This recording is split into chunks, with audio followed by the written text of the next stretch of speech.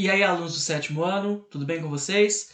Vamos aí hoje na semana 2 do plano de estudos tutorados, da página 67 a 71, ok? Quem quiser entrar em contato comigo aí, tem meu Instagram, se inscreva aí no canal, curta o vídeo, porque isso incentiva a continuar fazendo esses vídeos aí. Então pegue seu caderno e vamos começar as atividades.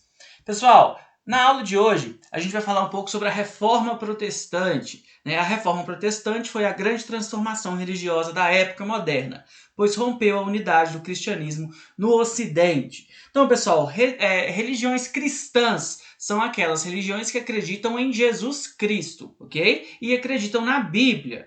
A religião cristã que existia no período medieval era a religião católica apostólica romana. Era a religião que controlava o pensamento de todo mundo, né? As pessoas seguiam a religião católica, ok? E a Reforma Protestante vai ser justamente um momento de transformação. A gente vai ter um período em que novas religiões cristãs, né, novas religiões que também acreditavam em Cristo, vão surgir.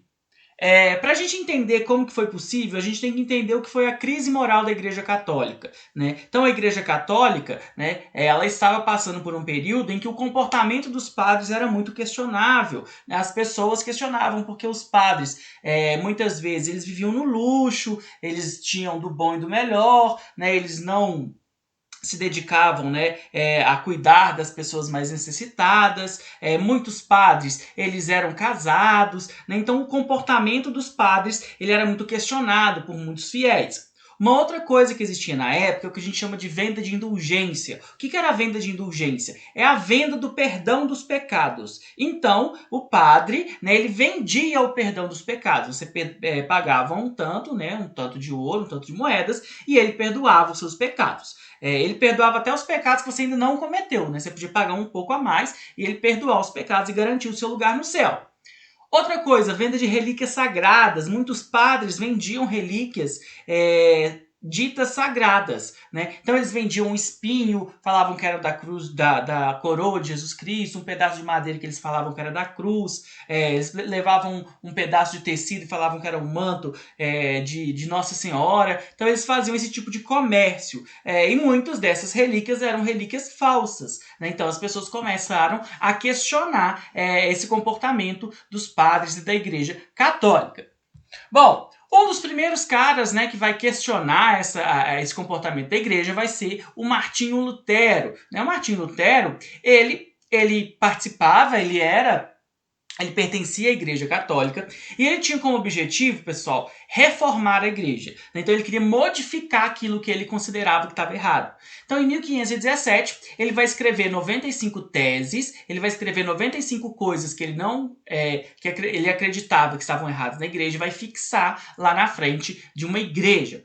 O Papa, obviamente, vai querer que ele fale que aquilo foi um engano, que aquilo estava errado, ele não vai aceitar isso. Em 1520, o Papa da época, né, o Leão X, vai condenar o Lutero, né, redigiu uma bula, é um documento, né, a bula é um documento que o Papa cria, que ele condenava o Lutero, expulsava de vez o Lutero da Igreja Católica. E o Lutero ele vai ser acolhido pela nobreza alemã, depois a gente vai ver por quê, e ele vai começar a traduzir a Bíblia, e aí a gente vai ter uma nova fase, porque antes, né, a Bíblia era toda em latim, e a população não sabia latim. Quem que sabia? Era só os padres. E ele não, ele vai falar, olha, eu tenho que traduzir a Bíblia, porque cada um tem o direito de ler a Bíblia e interpretar ele da sua forma, ok?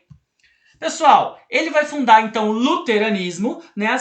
A religião de matriz luterana, ela prega o quê? A livre interpretação da Bíblia, ou seja, cada um deve ler a Bíblia e interpretar ela da forma que ele acredita ser correta, não precisa o padre interpretar para ele.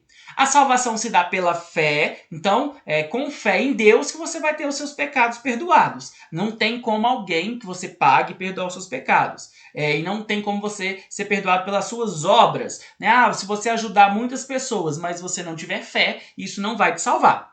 Os cultos mais simples, então, ele vai os cultos, né, religiosos vão ser mais simples, não vão ter as imagens nas igrejas, né? Ele vai focar nessa simplicidade, ok? Esse é o luteranismo, fundado pelo Lutero.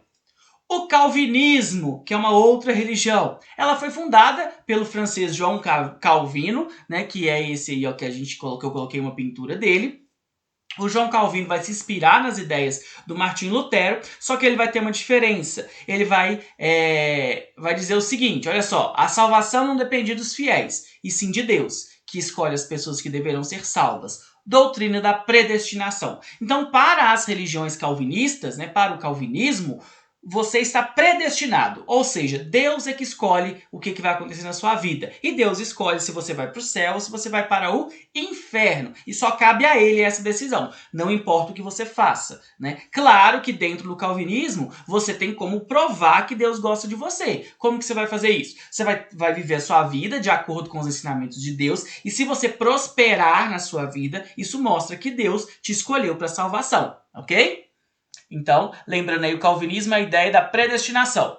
E o anglicanismo, né? Então, quem fundou o anglicanismo? O anglicanismo foi fundado pelo rei, né? O rei Henrique VIII. O rei Henrique VIII ele era casado, mas ele não tinha filhos homens. E ele queria, né, filhos homens. Como a esposa dele não estava dando filhos homens para ele, ele decidiu se separar.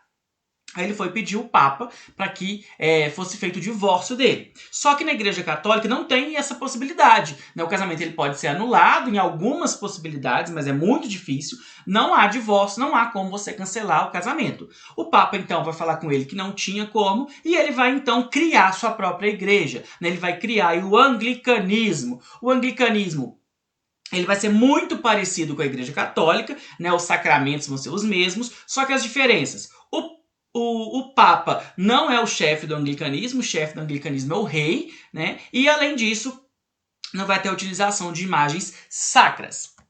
A Igreja Católica não vai ficar quieta vendo tudo isso acontecer, né? Então, eles vão fazer o que a gente chama de contra-reforma, né? A contra-reforma é a resposta que a Igreja vai dar justamente para essa reforma protestante. E aí a gente tem algumas das coisas que a Igreja fez. A realização do Concílio de Trento, que foi uma grande reunião que eles fizeram, né, para decidir o que ia ser feito. A criação da Companhia de Jesus, que eram padres que iriam levar a fé católica para outros lugares. Instauração do Tribunal do Santo Ofício, que é o tribunal que vai julgar aquelas pessoas, né, que para eles, né, tinham cometido um crime muito grande, um pecado muito grande.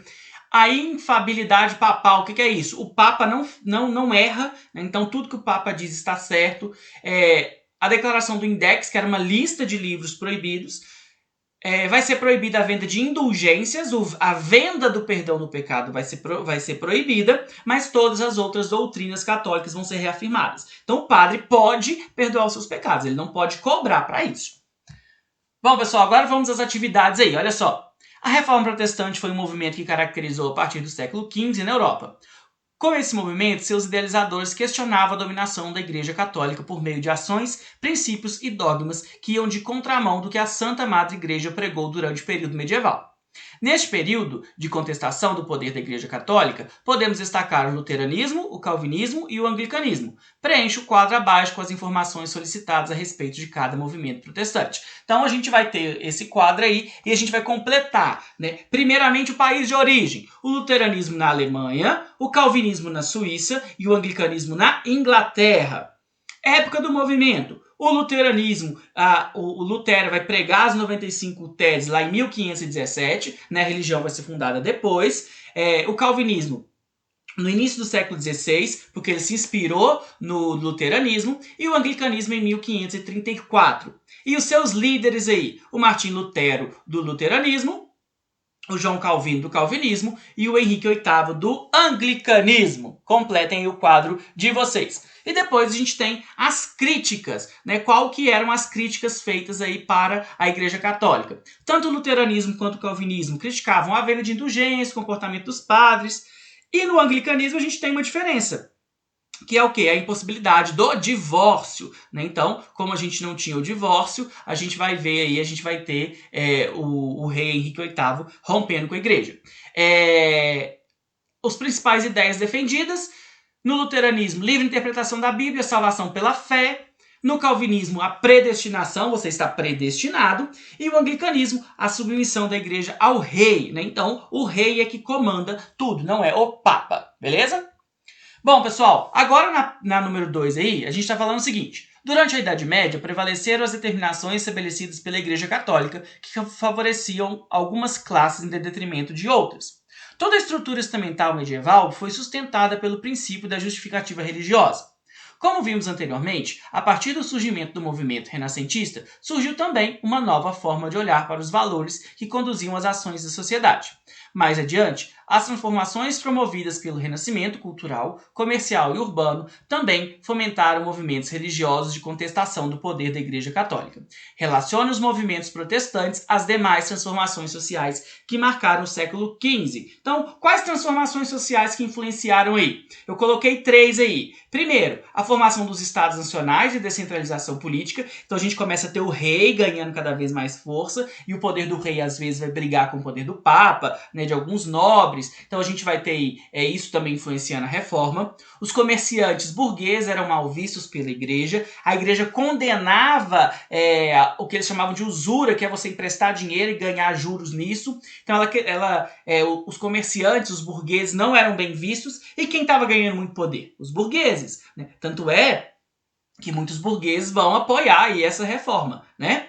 O movimento renascentista também deu passos importantes no questionamento do papel exercido pela Igreja Católica. Então as ideias renascentistas, né, as ideias que estavam colocando o homem no centro de tudo, começam também a ajudar nessa reforma religiosa, ok? Pessoal, agora a gente vai falar um pouco sobre a Contra-Reforma, né? Vai falar aí sobre o Concílio de Trento e algumas das decisões tomadas aí pela Contra-Reforma Católica. A gente já viu que a Contra-Reforma foi a resposta que a Igreja Católica deu para o movimento que estava contestando aí a Igreja. Aí no finalzinho está pedindo o seguinte, olha só: analise as decisões tomadas pelo Concílio de Trento e avalie-as como iniciativas que reavaliaram os dogmas da Igreja ou como ações que reafirmaram o pensamento tradicional da Igreja Católica. Então tem uma tabela, vocês vão marcar um X se isso reavalia dentro da Igreja questões praticadas pelos protestantes, né? Então, se há uma mudança na igreja ou se reafirma o pensamento católico medieval. Ou seja, né, se há uma mudança. Vamos lá, condenação à vida de indulgências. É uma mudança ou uma permanência? Muda ou continua a mesma coisa? Muda. Confirmação dos princípios da salvação pelas obras e pela fé. Continua também. Lembra que no catolicismo você pode ser salvo pelas coisas que você faz, né? Não só pela sua fé. Confirmou o culto aos santos e à Virgem Maria. Também reafirma o pensamento medieval. Nas igrejas protestantes não tem o culto aos santos e também não tem a Virgem Maria. Reativação da Inquisição, que é aquele tribunal que julgava as pessoas, também reafirma os pensamentos medievais. Confirmou a doutrina da infabilidade papal, né? O Papa não erra, também aí reafirma o pensamento medieval. E confirmou a existência do purgatório, né? Então o purgatório serve meio que como uma transição, né? Se você tem alguns pecados e você não tem tantos pecados para ir para o inferno e não é tão puro para ir para o céu, você iria para o purgatório. Por fim, aí a gente tem confirmação dos 7 sacramentos, também continuação do período medieval, proibição do casamento para membros do clero, continuação aí do pensamento medieval, criação de seminários para a formação de sacerdotes, isso já é uma mudança, né? Então a Igreja Católica agora vai formar os padres. O padre ele vai ter que estudar para ele ser padre. Antes ele acompanhava um outro padre, ele ia aprendendo no dia a dia. Confirmação da indissolubilidade do casamento, né? Então o divórcio continua sem existir. Medidas e decretos visando a unidade católica e fornecimento da hierarquia. Então, bispos, papas, né, ele tem mais poder, papa, né, ele tem mais poder que os padres, e ressaltou a importância da missa dentro da liturgia católica. Então, né, a gente pode ver que a Contra-Reforma ela não vai modificar muitas coisas aí dentro da igreja.